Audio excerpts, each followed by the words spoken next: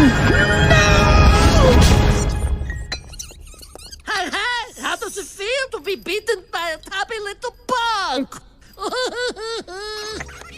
Find your inner beast!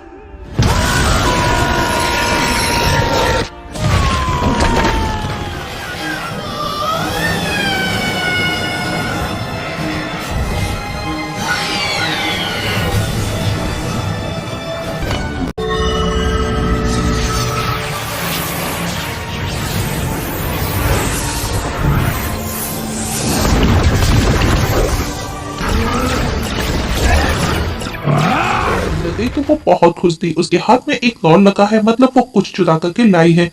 वहां पर VC6 का पूरा की पूरा ग्रुप पहले ही मौजूद था, जो सुपर विलियन टीम है जिसे बेल बॉटम लीड करती है। बेल बॉटम के हाथ में जो रॉड लगा है, दरअसल वो जॉर्डियक तक पहुंचने का मैप है, जो कि एक स्टोन है। अगर वो जॉर्डियक चुरा लेते हैं तो वो वर्ल्ड वाइड सुपर विलियन बन जाएंगे। तो वाइल्ड नक्कल्स मैप के अकॉर्डिंग एक आइलैंड पर पहुंचा, उसे जॉर्डियक स्टोन नजर आया। वो बहुत खुश होता है, उसे लेने जाता है, पर तभी कुछ मेटलिक गार्ड्स उसे रोकने आए पर वाइल्ड नकल्स उन सभी को मार गिराता है। अब जब वो जॉर्डियक को उठाता है तो कुछ एनर्जी उस स्टोन में एब्जॉर्ब होने लगी, पर जब वाइल्ड नकल्स वहां से जाता है तो अब उसके पीछे ढेर सारे गार्ड्स पड़ गए थे। पर तभी उसके साथी वहां आ गए और नकल्स को बचा करके ले जाते हैं, पर वो अभी भी हवा में ही झूल रहा था। नकल्स उन्हें वो जॉर्डियक दिखाता है, जिसे देख करके बेल बॉटम उससे छीन लेती है और कहती है, हमारा साथ यहीं तक था, बेचारा नकल्स कुछ ना कर सका। उसी के साथ ही उसकी रस्सी काट करके उसे गिरा देते हैं। नेक्स्ट सीन स्कूल में दिखाया जाता है। टीचर बच्चों से उनके फ्यूचर के बारे में पूछती है कि आगे चल करके वो क्या बनना पसंद करेंगे। वहाँ स्टूडेंट के बीच में बैठा ग्रू ने कहा वो बड़े होकर के सुपर विलियन बनेगा। ये सुनकर के सभी उस पर हंसते हैं। स्कूल खत्म होने पर केविन, स्टुअर्ट, बॉब ग्रू को लेने आए। चारों मूवी देखने गए, पर हाउसफुल होने की वजह से उन्हें टिकट नहीं मिली। तो ग्रू कोई गैस लीक कर सभी को भागने पर मजबूर कर देता है और अब वो चारों सुकून से बैठ करके मूवी देख रहे होते हैं और ढेर सारी मस्ती करने के बाद घर लौटे। तो ग्रू को VC6 की तरफ से एक ऑडिशन के लिए इनविटेशन मिला। ग्रुप बहुत खुश होता है। ग्रुप उस टेप को प्ले करके देखता है तो बेल बॉटम ने बताया उनके ग्रुप में एक जगह खाली है, जिसके लिए तुम्हारी एप्लीकेशन को सेलेक्ट किया गया है, मतलब कि नक्कल्स की जगह रिप्लेस किया जाने वाला है। इसके बाद में वो टेप खुद ब्लास्ट हो गया। ग्रू दौड़ करके अपनी मदर के पास आया, उनको बताने के लिए, जो किसी के साथ में एक्सरसाइज करने में बिजी थी। ये देख करके मिनियंस ग्रू की मदर का मजाक उड़ाते हैं। अब ग्रू सीक्रेट रास्ते से अपने मिनियंस के पास पहुंचा और उन सबको वो गुड न्यूज देता है कि उसे VC6 के ऑडिशन के लिए इनविटेशन मिला है। मिनियंस खुशी में मिनी बॉस कहकर के हूटिंग करने लगे, पर ग्रू को इस नाम से इरिटेशन था। बेल बॉटम अनाउंस करती है कि न्यू ईयर के बाद में जॉर्डियक इतना पावरफुल हो जाएगा कि कोई भी उसके सामने टिक नहीं सकेगा और हमारा ग्रुप VC6 वर्ल्ड स्ट्रॉन्गेस्ट विलियन बन जाएगा। और हम देखते हैं कि नक्कल्स जिंदा है और वो भी ये न्यूज देख रहा था और उसने भी अपना एक छोटा सा केक बना लिया है। अब वो उससे बदला लेने का डिसाइड करता है। वो स्टोन चुरा करके वही ग्रू ऑडिशन के लिए जाता है, तो बॉब, स्टुअर्ट, केविन भी उसको फॉलो करते हैं। वही ग्रू का ऑडिशन में वहां और भी लोग पहले से ही मौजूद थे। ग्रू उन सबके आगे बहुत छोटा था हर तरह से। जब ग्रू VC6 के सामने ऑडिशन देने गया तो बेल बॉटम उसे कहती है तुम अभी बहुत छोटे हो, तुम हमारी रेस्पॉन्सिबिलिटी नहीं संभाल सकते, और उसके छोटेपन का मजाक बनाती है। इस पर ग्रू को गुस्सा आया और वो उस जॉर्डियक को चुराने का सोचता है। तभी वहां पर नेक्स्ट बंदा ऑडिशन के लिए आया। वो हवा में उड़ने की कैपेबिलिटी रखता है, पर वो आउट ऑफ कंट्रोल हो गया। सब कुछ गड़बड़ होने की वजह से अब खुद बेल बॉटम को उसे कंट्रोल करने के लिए आना पड़ा। ग्रू डॉक्टर नेफारियो के उस फ्लेक्सिबल स्टिकी हैंड का यूज कर वो जॉर्डियक को चुरा करके भागता है। सब उसे पकड़ने उसके पीछे आए, पर तब तक ग्रू वहां से बाहर निकला तो देखा स्टुअर्ट, बॉब, केविन उसका वेट कर रहे हैं, तो वो उनके साथ भाग जाता है। वहीं नक्कल्स ये देख करके हैरान था कि एक छोटा सा बच्चा उन VC6 से वो स्टोन चुरा करके ले गया। वहीं भागते मिनियन से वो स्टोन गिर गया, जिसे ऑटो मिनियंस उठा लेता है, तो ग्रू ने उसे अपने ठिकाने पर लेकर के पहुंचने का कहा। वहीं VC6 अभी भी ग्रू के पीछे पड़े थे। उस स्टोन को वापस लेने के लिए बेल बॉटम उसके स्कूटर को रोकने की कोशिश करती है, तो ग्रू अपने स्कूटर को रॉकेट में बदल करके भाग जाता है। अब ग्रू सभी मिनियंस के साथ अपने ठिकाने पर दिखाया जाता है, जहां ग्रू ने कहा कि अब VC6 को उससे माफी मांगनी होगी, साथ ही अपनी टीम में भी जगह देनी होगी, तभी वो स्टोन उन्हें वापस मिलेगा। तभी ऑटो भी वहां आ गया। उसने वो उससे स्टोन दिया, जो कि जॉर्डियक की जगह कोई पैट स्टोन था। ये देख करके ग्रू को गुस्सा आया। ऑटो ने बताया जब वो जॉर्डियक लेकर के आ रहा था तो वो कीचड़ में गिरा और वो जॉर्डियक मेरे हाथ से छूट करके हवा में उछलता। एक बर्ड के गले में अटक गया। उसके बाद जब वो मुझे वापस मिला तो मैंने बर्थडे पार्टी बच्चे के हाथ में मुझे ये पेट स्टोन नजर आया, जिससे ऑटो इतना अट्रैक्ट हो गया कि उसने वो जोडियक के बदले उसे वो पेट स्टोन ले लिया। पर ऑटो को अब ये भी ठीक से याद नहीं था कि वो पार्टी या बच्चा कौन था। ग्रू को गुस्सा आ गया। वो मिनियंस पर गुस्सा करते हुए उस जोडियक की तलाश में निकलता है। केविन उसके पीछे आया। उसने देखा कोई ग्रू को किडनैप करके ले गया और ग्रू को नक्कल्स ने ही किडनैप कराया था। नकल्स उससे वो जोडियक मांगता है, पर जब ग्रू ने वो पेट स्टोन उसे दिया, नकल्स को गुस्सा आ गया और वो ग्रू को टॉर्चर करना स्टार्ट कर देता है। लेकिन ग्रू ने बताया वो जोडियक स्टोन उसके पास नहीं है, तो नकल्स उसकी मदद से फिरौती की रकम की डिमांड करता है। तो ग्रू ने कहा कोई फायदा नहीं है, पर वो उसके घर फोन लगाता है तो केविन कॉल रिसीव करता है। नकल्स को कुछ भी समझ नहीं आया, तो नकल्स ने 48 घंटे का टाइम देकर कि वो जोडियक स्टोन लेकर के फ्रांसिस को आने का कहा, वरना वो ग्रू को मार देंगे। अब बॉब केविन स्टुअर्ट ऑटो से उस बर्थडे बॉय का स्केच बनवा करके उसके पास पहुंचे, तो उसने बताया वो स्टोन उसके अंकल के पास है। वही ऑटो उसके अंकल के गले में वो स्टोन देख लेता है और उसके पीछे अकेला ही निकल पड़ा। वही Stuart Bob Kevin San Francisco की बस नजर आई तो वो ग्रू को बचाने के लिए निकल पड़े। वही बेल बॉटम ग्रू से वो स्टोन लाने निकलता है।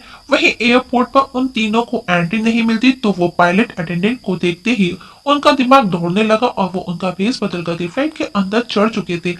केविन स्टुअर्ट प्लेन चलाते हैं। वही बॉब पैसेंजर्स में पीनट्स बांट रहा था। वही केविन स्टुअर्ट प्लेन को टेक ऑफ कर लेते हैं। इस समय प्लेन हवा में था, हालांकि उन दोनों को फ्लाइट के बारे में कुछ भी पता नहीं था। वही बॉब को देखकर एक बच्चा रोने लगा। स्टुअर्ट केविन भी बड़े आराम से प्लेन चलाते हैं। स्टुअर्ट को हेड से डर लगता है और उसे वॉमिटिंग होने लगी। केविन अकेला ही प्लेन को लैंड करा देता है। वही नकल्स ग्रू की तारीफ करते हुए उसे बांध करके रखता है और उसे एक प्लेट के सामने बांध करके रखता है, जो 48 आवर्स के बाद खुद उससे कट करके मर जाएगा। दूसरी तरफ ऑटो उस जोडियक के लिए बाइकर के पीछे पड़ा था। वहीं दूसरी तरफ वो तीनों सैन फ्रांसिस्को में पहुंच चुके थे और नकल्स के ठिकाने पर पहुंच करके भेस बदल करके अंदर जाने लगे, तो गार्ड्स उन्हें देख लेते हैं। गार्ड्स उन्हें पकड़ने उनके पीछे आए, क्योंकि उन्हें लगा कि वो जोडियक स्टोन उसके पास हो सकता है। वो तीनों भागते भागते चाइना टाउन पहुंचते हैं और आखिर में उन तीनों को घेर लिया गया और मारने लगे।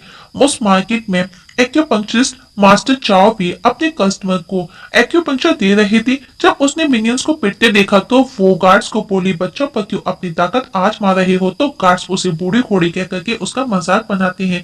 इस बात पर वो लेडी उन सभी गार्ड्स को कुंफू स्टाइल में हिट करती है, जो कि शाओलिन मास्टर थी, और वो उन सभी गार्ड्स को बुरी तरह से हिट कर रही थी। ये देख करके मिनियंस बहुत खुश हो जाते हैं और वो अब चाव से कुंफू सिखाने का बोलते हैं, पर उसने कहा अब वो नहीं सिखाती। पर मिनियंस उसके आगे रोने लगे। उनके मासूम सी शक्ल देख करके उसका दिल पिघल जाता है और वो रेडी हो जाती है। वहीं ग्रू की मदर बाकी के मिनियंस से बहुत काम ले रही थी। तभी बेल बॉटम छत काट करके वहां आ गई और ग्रू का पूछती है, तो ग्रू की मदर उस पर गुस्सा करती है कि उसे ग्रू के अलावा भी और भी बहुत से काम हैं। बेल बॉटम मिनियंस को धमकाती है, डराती है, तो मिनियंस डर करके बता देते हैं कि वो सैन फ्रांसिस्को में है। वही मास्टर चाओ उन तीनों को कुंफू सिखाना स्टार्ट कर चुकी थी। वो तीनों भी बड़ी ही मस्ती के साथ में ट्रेनिंग लेते हैं। वही नकल्स के साथ ही उसे छोड़ करके चले जाते हैं, तो नकल्स को अब ग्रू को आजाद करना पड़ा और उसे झूठ बोलता है कि उसने अपने लोगों को काम से निकाल दिया क्योंकि वो निकम्मे थे और अकेले रहना मुझे पसंद नहीं। वही ऑटो अभी भी उस जोडियक के लिए बाइकर के पीछे था। उसकी हालत खराब हो चुकी थी। बाइकर उसे देख लेता है। वो उसके पास आया। ऑटो ने उससे वो जोडियक मांगा तो वो उसे दे देता है और अपने साथ बाइक पर सैन फ्रांसिस्को लेकर के निकल पड़ा, क्योंकि वो भी वहीं जा रहा था। अब ऑटो बहुत ही खुश था। रास्ते में वो दोनों काफी इंजॉय करते हुए आ रहे हैं। वहीं नकल्स क्रूज से घर के सारे काम कराता है। क्रूज के पूल को क्लीन करता है, जिसमें ढेर सारे क्रोकोडाइल्स थे। अब नकल्स उसे बताता है कि वो पूल उसे कैसे क्लीन करना है, जिसमें वो खुद उन क्रोकोडाइल का शिकार बनने वाला था। पर क्रू किसी तरह नकल्स को क्रोकोडाइल के मुंह से बचा लाता है। नकल्स ने कहा, तुम्हारे पास में मौका था, तुम भागे क्यों नहीं। क्रू ने कहा, आप मेरे फेवरेट सुपर विलेन हो, तो मैं ऐसे कैसे आपको उन मगरमच्छों को खाने दे सकता। ये सुनकर के नकल को खुशी हुई और अब वो क्रू को विलेन गिरी सिखाने का डिसाइड करता है। वहीं मास्टर चाओ अभी भी उन तीनों को कुंफू सिखा रही थी, जिसमें वो उन तीनों को बोलती है कि अब वो तीनों तैयार है। ये सुनकर के वो तीनों वहां से भाग जाते हैं, जबकि चाओ उन्हें वो बेजिस का बोल रही थी। वही नकल्स ग्रू को लेकर के चोरी करने बैंक में आया, जहां पर ग्रू एज अ ग्रैंडसन और नकल्स एज अ ग्रैंडफादर बनकर के आया।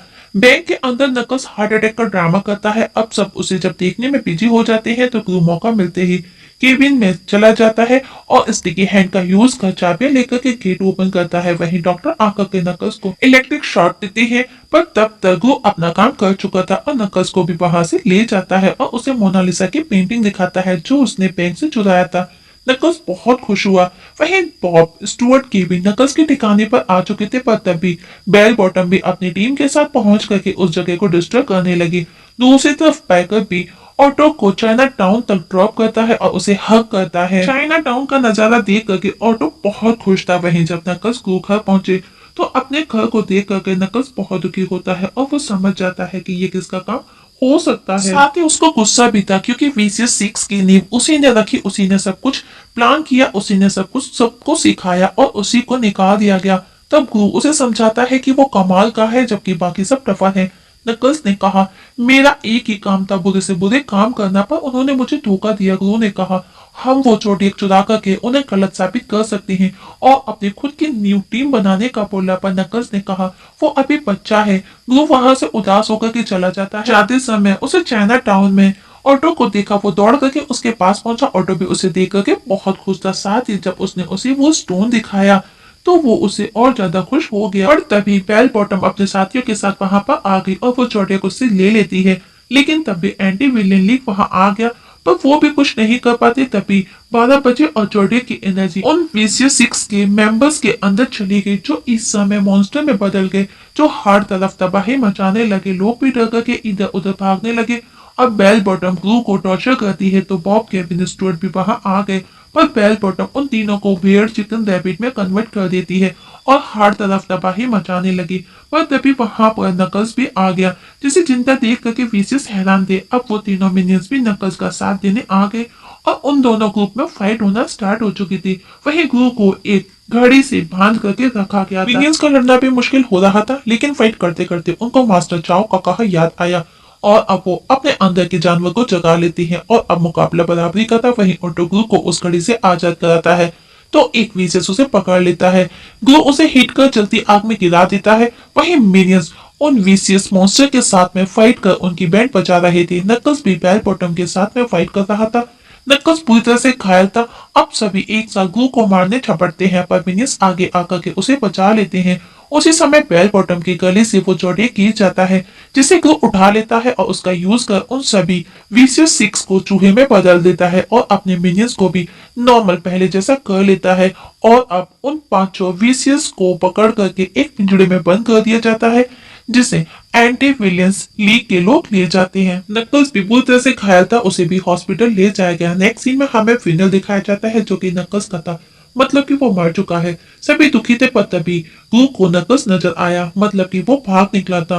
ग्रू उसे देख करके खुश था। अब सभी कॉफिन को लेकर के आए, सबको लगा उसमें नकल्स है, लेकिन उसमें बनानास भरे थे। अब बनानास भरे कॉफिन को दफना दिया जाता है। इसके बाद में ग्रू नकल्स के पास आया और अब सब मिनियंस को लेकर के उसे क्रिमिनल शॉप पर पहुंच करके डॉक्टर नेफारियो से अपने टीम में शामिल होने का पूछा, पर नेफारियो ने कहा अब वो और गलत काम करना नहीं चाहता। लेकिन मिनियंस वही मासूम सा रोने वाला चेहरा बनाते हैं, जिसे देख करके डॉक्टर नेफारियो हाँ कर